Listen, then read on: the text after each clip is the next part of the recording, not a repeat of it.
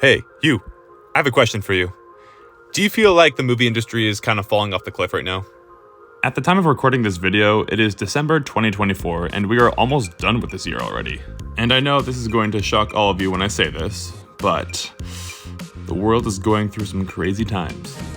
No way! Sarcasm aside, we are living in a very broken world, and I've always believed the entertainment industry reflects our current times, whether it's through imagery, themes, or characters. And there is no better example of this than the current day movies that are getting pumped out every single second. Now, just to be clear, I am a guy who loves movies. I grew up with them my whole life, and I love breaking them down and asking others what they thought of them. But man, there is so much garbage content out there, and I don't just mean poor quality of the film. And yes, while there is definitely a bunch of poor quality out there, Disney, I am talking more about the themes and the messages that modern day Hollywood is trying to teach us. And yes, I said teach, because whether you realize it or not, films are stories, and stories help shape us into the people we become. Much like social media, books, music, podcasts, etc. You don't even have to be a film buff or a pop culture nerd to see that the entertainment market is not what it used to be. I would argue there is some exceptions every now and then, but if it's not obvious by this point, Hollywood pushes its own agenda in stories regarding politics, religion, and social economics. And if you didn't know that, I'm pretty sure you've been hiding underneath a rock for a long time. And I really don't want this video to come across as any other film nerd's YouTube video stating the obvious that Hollywood has lost its mind. That's already been stated quite enough. It's also very true, don't get me wrong, but I want this video to be an unraveling experience for my viewers, regarding of what I call the classic great films. And yes, I am calling movies from the 2000s and everything else before that classics because I am currently 21 at this time of recording this video. And that's what classics are to me. I apologize in advance if that makes you feel old. The only reason why I said what I said before about the modern day movie industry is because, for one, it's all true. And second, I want to use this introduction as a setup for what I'm presenting right now. I want to look back at some of my favorite movies from various generations, and I want to evaluate them from a Christian perspective. Because believe it or not, Hollywood used to make movies that came deliberately from the Bible's teaching. And for some of the movies I'm about to mention, you probably don't even realize it. There are even a couple strong messages out there in the modern day film industry as well, but it's getting more scarce. So I figured I should try to mention the ones that I can in this video. Before I dive into what movies I think are more Christian than you think, I think it's important to break down what I'm basing these thematic movies off of. And it's basically all the Gospels from the New Testament, that being Matthew, Mark, Luke, and John, which highlight Jesus' ministry, along with his purpose on why he came down to earth. The Gospels also give insight of how to live your life in a godly way that glorifies the Creator, while also showing how to love people, such as showing compassion, mercy, forgiveness, perseverance, good triumphing over evil. There is a reason that audiences like a protagonist who is flawed but wants to do the right thing, because we can all relate to that character. Same thing goes with a character being flawed in a story, because we ourselves are flawed human beings because of sin. Look at the overall story of Lord of the Rings, for example. There's a bunch of flawed characters in that story, and they're all relatable. You don't have to be exactly like those characters to get the point across, but they all have something in common that you can understand or sympathize with. The Lord of the Rings has a bunch of biblical similarities. For example, the hobbits who live in the Shire in this instance are set up to be the creatures you love to root for. The hobbits are plucky, cute, lovable people that have relatable qualities to our own daily life. The books/movies are making it very clear through visual storytelling that these are the characters we are cheering for, and you want to see them succeed. And you know what the interesting thing is? We as an audience do not need a narrator to explain the hobbits and the free folk of Middle-earth, that they are the good guys, and all that Sauron's forces are the bad guys. We as humans who are made in the image of God understand a fundamental level that murdering others is wrong. That is not based on the society around us. That is purely written on our hearts. So when, for example, we see orcs invade and destroy a village, we know that's wrong, and we want to see them get the justice they deserve. Sure, this can also be shown through emotions of the music and the way that these scenes are filmed. Personal opinion is that there is only a certain limit as a filmmaker or artist you can make the audience feel something. An easy example I can think of that pushes the boundaries in this scenario is when we see a certain character that is wicked and evil.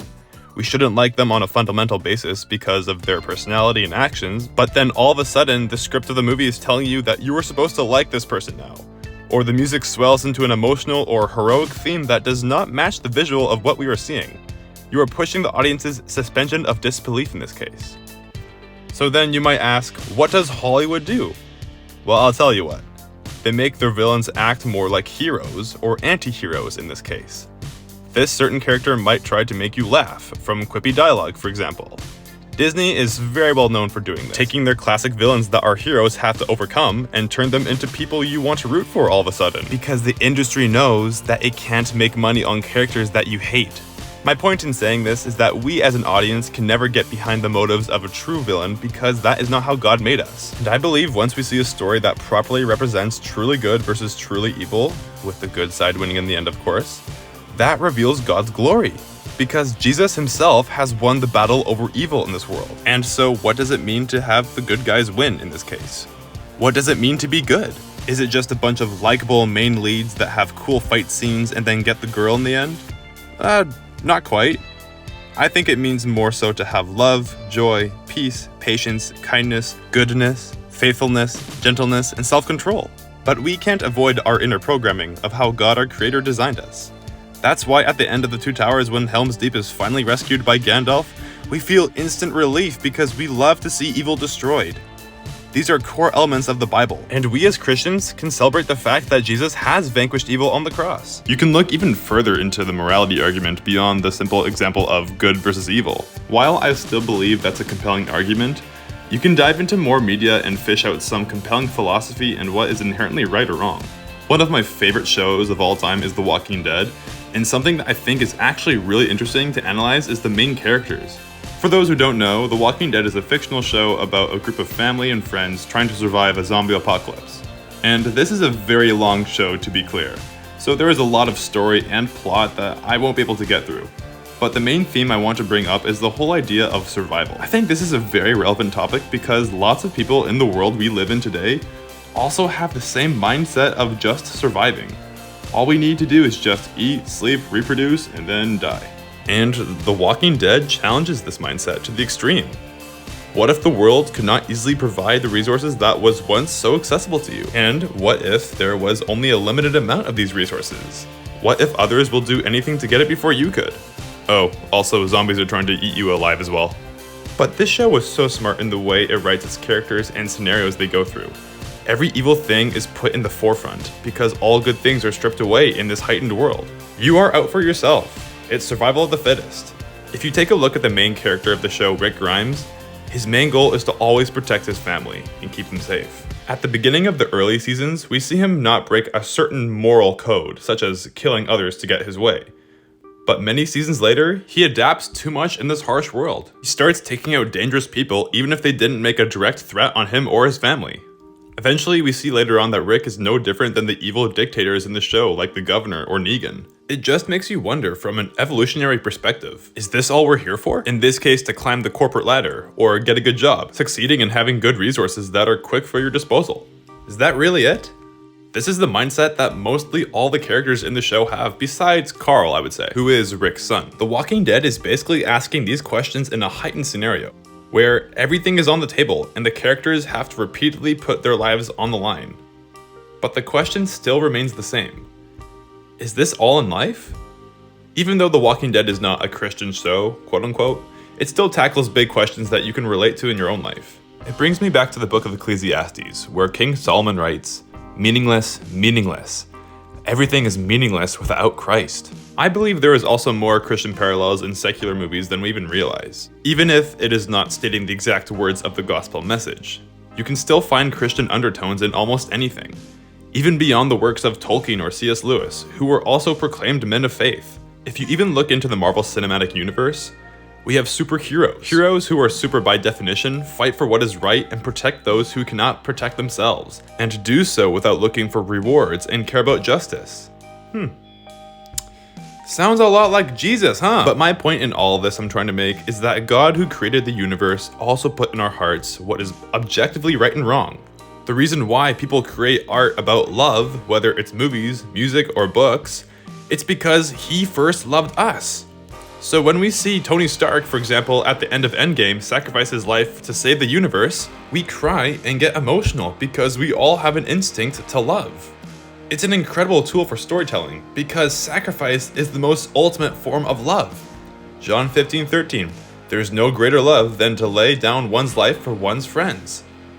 These are the words from Jesus' mouth, and he follows through with what exactly he teaches. No matter how crooked Hollywood can get, I still believe at this point that the world still has a standard and a moral code installed by God himself, and we make stories that appeal to the good guys winning in the end, and also having an awareness that evil is wicked and bad, and it needs to be stopped.